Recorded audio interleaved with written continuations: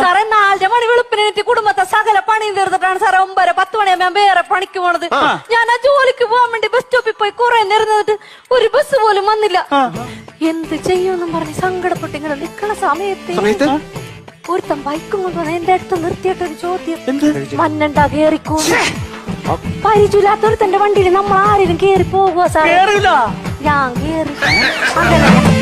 അങ്ങനെ പോണ സമയത്തേ അവനെ ഒരു ചായക്കടയുടെ മുമ്പിൽ കൊണ്ട് നിർത്തിട്ട് ചോദിക്കണേ, ചായ വേണോ കാപ്പി വേണോന്ന്. പരിചയമില്ലാത്തൊരാക്കട കയ്യിൽ നിന്ന് നമ്മള് ചായ കാപ്പിയാ മേടിച്ച് കുടിക്കുവാ സാറേ. ചാർജ് മതിയെന്ന് ഞാൻ പറഞ്ഞു. ഞാൻ കുടിച്ചോണ്ടിരിക്കണ സമയത്തുണ്ടല്ലോ അവൻ വേറൊരു തമാശ, നമുക്കൊരു സിനിമക്ക് പോയാലോ?